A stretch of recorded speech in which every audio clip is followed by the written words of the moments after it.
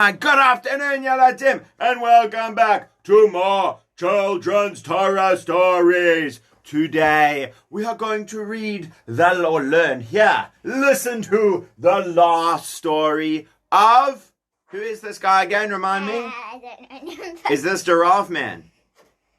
No, Elisha. Elisha the Navi, the one who was the Navi after Eli.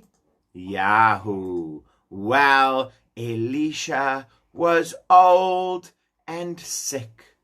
And King Joash, remember, he was the good king who grew up hidden inside the Beit HaMikdash and took over after Atalia. And King Joash came to visit him, and he said, "Oh, Elisha, I'm so sad to see that you are so sick." And you know what he said to him? Avi, Avi, Rechev Yisrael Farashav, my father, the chariots and horsemen of Israel. Do you know why he said that? That was the same thing that Elisha said to Eliyahu Hanavi when he was about to go up to heaven. He called him his father because a teacher is like a dad. Do you know why? A dad helps you to live in this world, but a teacher who teaches you Torah teaches you how to get to the next world, to heaven. Teaches you how to be good and how to do mitzvot. So that's why he called him his dad. My dad. And what does he mean? The chariots of Israel, horseman, the champion of Israel. Oh, Elisha, I am so sad that you are so sick. But Elisha said, I have a message for you. Go and fetch a bow and arrows. And he said, okay. And he came back with a bow and arrows. And Elisha said, take the bow, put it in, open the window facing east. So that's what he did. Shoot an arrow. Pew! And Elisha said, an arrow of victory for Hashem. An arrow of victory against Aram. Remember, Aram, with their king Hazael, had been so mean. They were coming to destroy Yerushalayim. And it was only because King Joash gave them all the gold and silver that they went back. This arrow means that you will win. Now go and pick up the arrows. And he picked up the arrows. Hit those arrows on the ground. Okay. Smash. Let's close the door. Smash.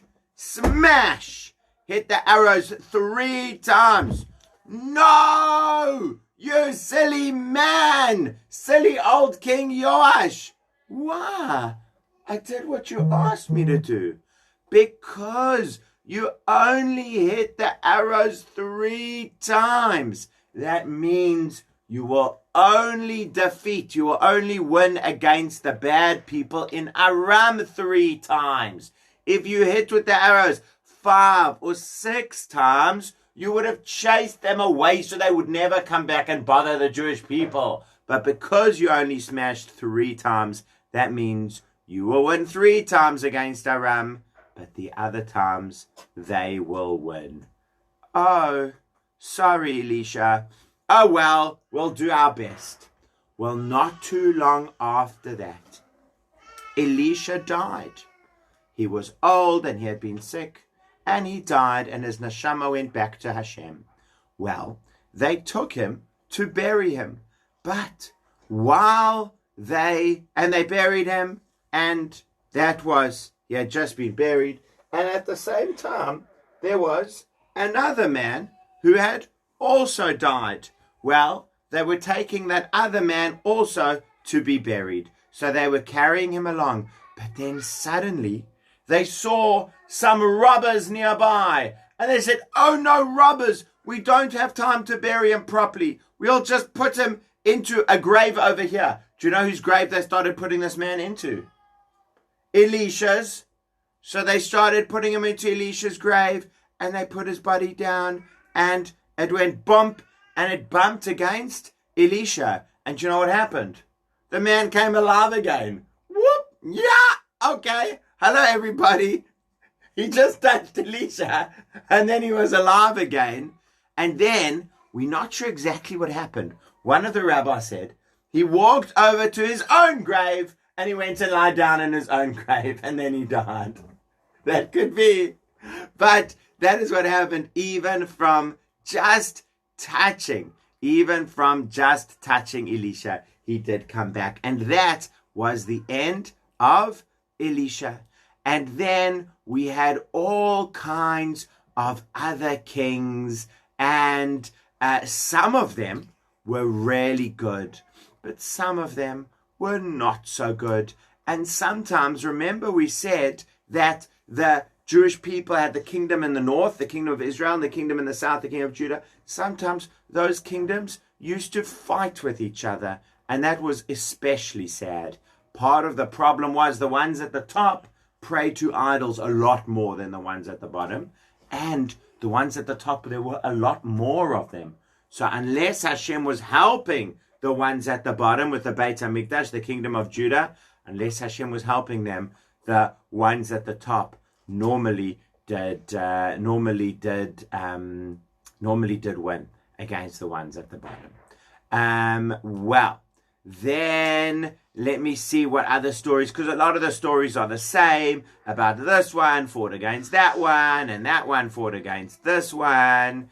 And the Jewish kings fought against each other, and they fought against Aram, and then sometimes the bad people came, and sometimes the Jewish people won, and sometimes Jewish people lost, and sometimes the Jewish people gave them presents to say, please go away, here's lots of gold and silver. But now I will tell you about one of the kings in the top part, whose name was Hoshea.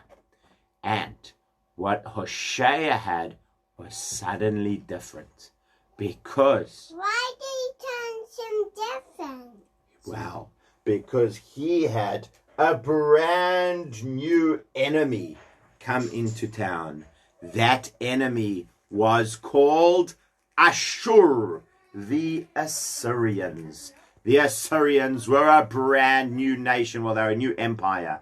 They were strong as strong can be. And they were mean and cruel. And they would come and gobble up all the land and all the peoples. And you know what they used to do? When they would conquer somewhere new, they would say, okay, everyone who lived here, get out. You have to go live somewhere else. And they would move them to a totally different country. And then the people from the different country, you also have to move. And they would move them over to the other country. And people would lose their homes and their friends and their schools and their communities. But that was the Assyrians' plan. Because they said, if you've got all your friends and everything around you, then maybe you're going to fight back against us. But if you all get mixed up and go somewhere else, you're not going to fight us anymore. So we don't care if it means you don't have any friends, as long as you don't fight against us. They're nice guys in Assyria, hey? Aren't they such kind, nice people? Sure, they were the meanest of the mean. Well, King Shalmaneser was the king of Ashur of Assyria. And he came to the top kingdom and he said, I will now be the boss of this area. Do you agree?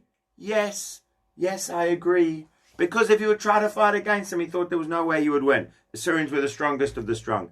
Yes, I agree. You will pay me money every year. Do you understand? Yes, I understand. I will. And when the king of Ashur went away, King Hoshea started thinking, well, I did say that to the king of Ashur, and there's no way that I could beat him by myself. But you know, there is one other strong nation that maybe can help me. Do you know which one that is? Egypt. And maybe if I get on Egypt's good side, and Egypt will help me, maybe Egypt will help me to fight against Ashur. Pharaoh, king of Egypt. Yes, Hoshea. I would like to fight. I didn't try Pharaoh and Pharaoh. It's the same thing. Paro in Hebrew, Pharaoh in English. That's why. And his actual name was King So. Pharaoh So. Paro, King Sir. So, Paro, King Sir, please, will you help me fight back against Ashur? I will think about it. But then somebody came running. Shalmaneser, Shalmaneser.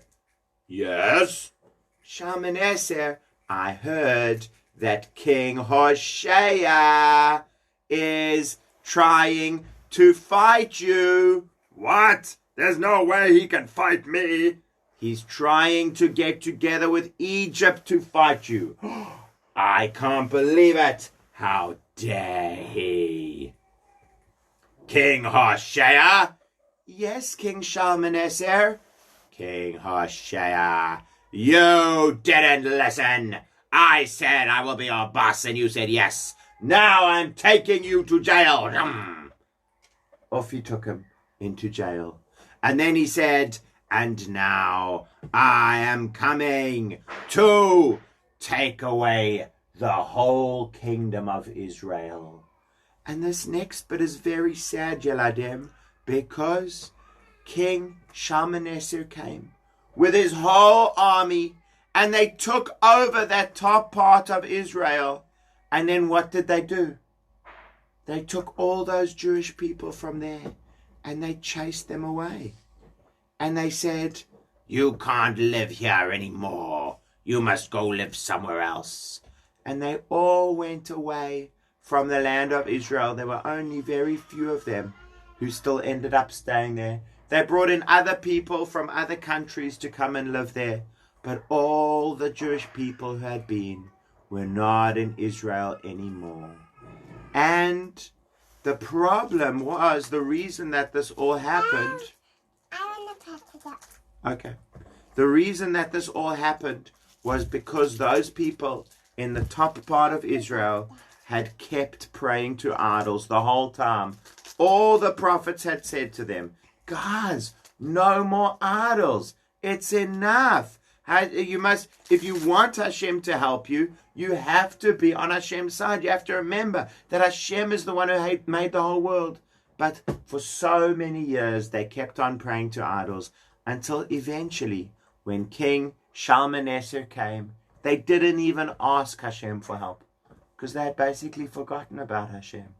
And so those are called the 10 lost tribes.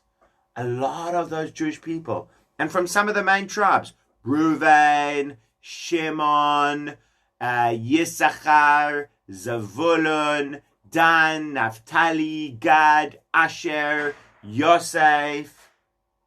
In fact, almost all of them. The only ones that really stayed were Yehudah, Judah, because they were the main ones in the southern kingdom. Benjamin, who are also part of the main ones in the southern kingdom. And Levi, which is also the Kohanim. A lot of them were in that southern kingdom in the bottom part. So they stayed around. But now there's only one kingdom of the Jewish people. For a long time, remember we said there was the top part and the bottom part. The story with King Shalmaneser, bad old King Shalmaneser.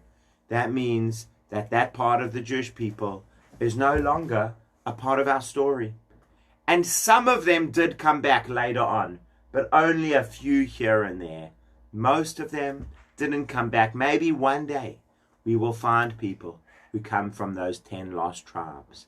But until then, it is the Jewish people in the southern kingdom, from the tribe of Yehudah and Benjamin and Levi, that are going to be the main ones in the story. But the story of Ashur is not yet over. Do you think the big bad kings of Ashur are going to be satisfied with only the northern kingdom? No way, Jose. Are they going to come for the Jewish people in the southern kingdom as well? They are. What will happen then? I'll tell you next time. Bye.